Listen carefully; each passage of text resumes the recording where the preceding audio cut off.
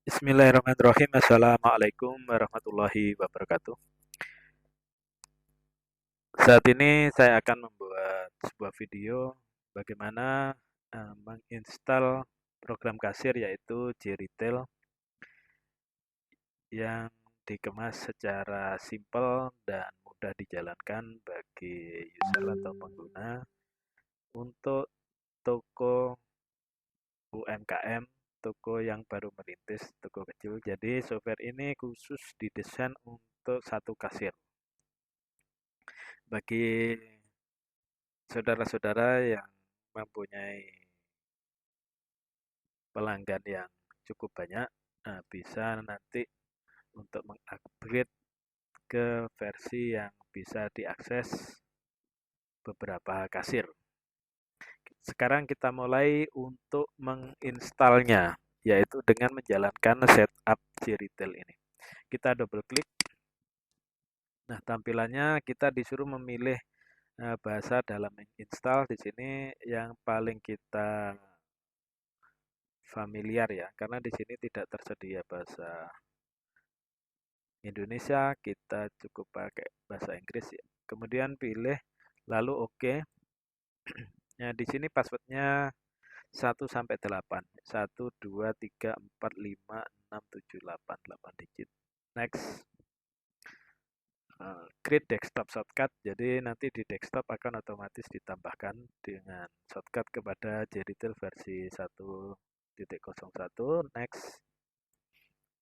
Kemudian install. Nah, tunggu sampai selesai. Nah, di sini apakah ingin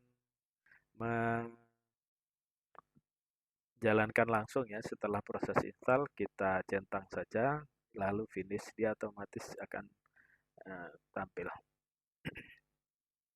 Di versi demo ini kita kasih nama toko ABC ya, dengan Jalan Lancar Jaya. Usernya kita masukkan admin, lalu login. Nah, ini udah masuk. Di sisi bagian kiri di sini ada kelap-kelip menandakan sudah connect ya. Ini harinya hari ini Senin Legi, ini tanggalan Jawa plus Hijriah Arab dan tanggalan bentuk Masehi. Sudah terkonek ke database di sini. Ini dibagi beberapa menu, yakni sistem, ada login, logout, exit, keluar dari program, ada pengaturan user, ada pengaturan uh, ganti password ya.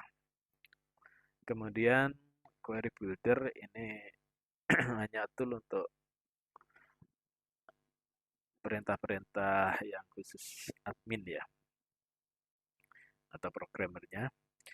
Kemudian ada tool yang terdiri dari setting-setting, ada setting data awal, setting printer, stock of name, koreksi stok, setting point, kontrol stok barang, cetak barcode, laporan tutup shift, dan cetak label kirim jika ada yang pembelian online. Ini bisa kita mencetak label untuk label pengiriman. Nanti kita kupas satu persatu. Kemudian ada data master.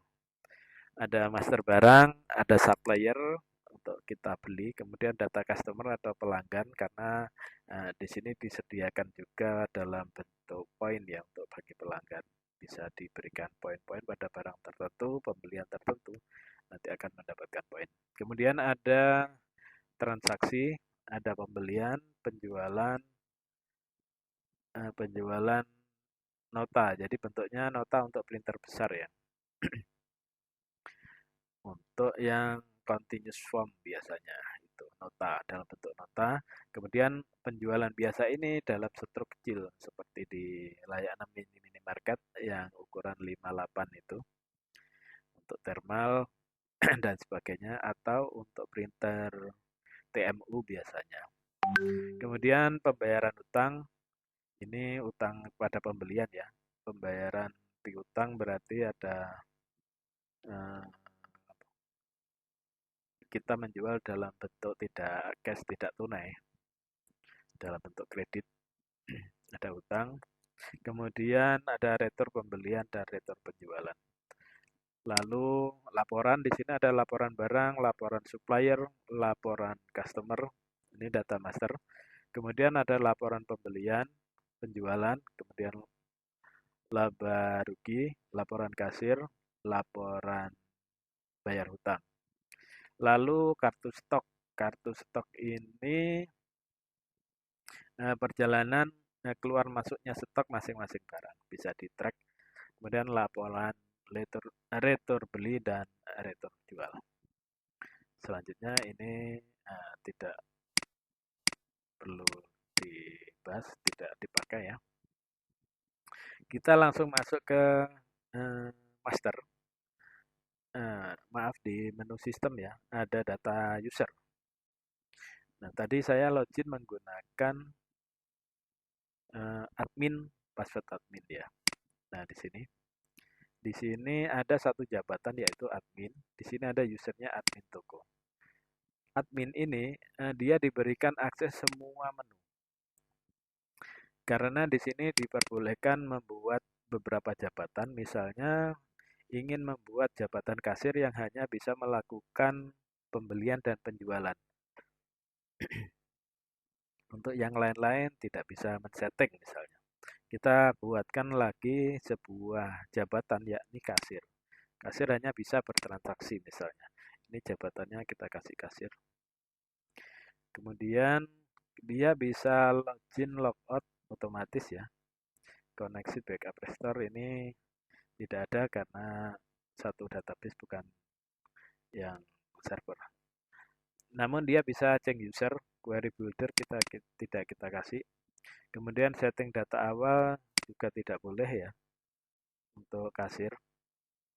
Itu harus dilakukan admin. Setting printer juga biar tidak diubah-ubah. Stock of name ini boleh untuk kasir atau nanti ada khusus sendiri bagian gudang boleh. Kasir tidak bisa stock of name.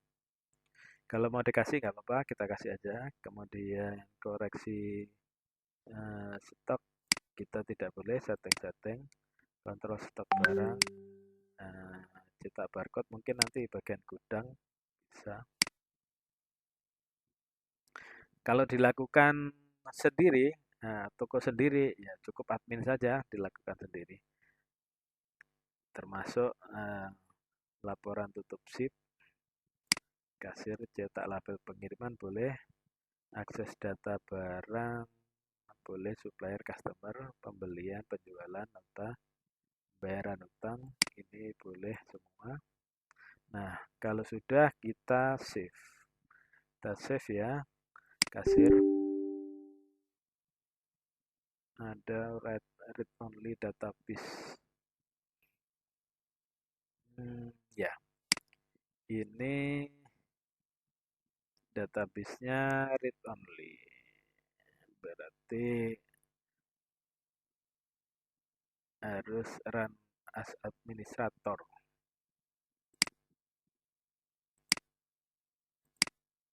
Jadi tadi ada database read only ya. Nah, kita jalankan harus menggunakan run as administrator. Pada saat pertama kali jalan tadi tidak menggunakan administrator. Nah, di sini kita klik kanan ya, di sini ada run as administrator. Ini pakai Windows 11 jadi aksesnya terlalu terlalu detail. Kalau pakai Windows 7 langsung saja. Ini kita run as administrator. Kita balik lagi admin. Nah, kita buka lagi ke data user, kita bikin jabatan lagi ini. Nah, misalnya kasir lagi. Kasir ya. Kemudian kita centang semua. Nah, ada beberapa yang tidak dibolehkan yaitu mengenai setting misalnya. Ini sebenarnya dilakukan oleh satu orang nggak apa-apa karena anggap saja ini sebuah toko kecil yang dikontrol oleh pemiliknya sendiri. Jadi kalau misalnya diakses ke orang lain atau kasir tersendiri, nah ini di setting seperti ini. Setting-setting ini kita tidak boleh melakukan untuk kasir ya. Untuk transaksi kita bolehkan.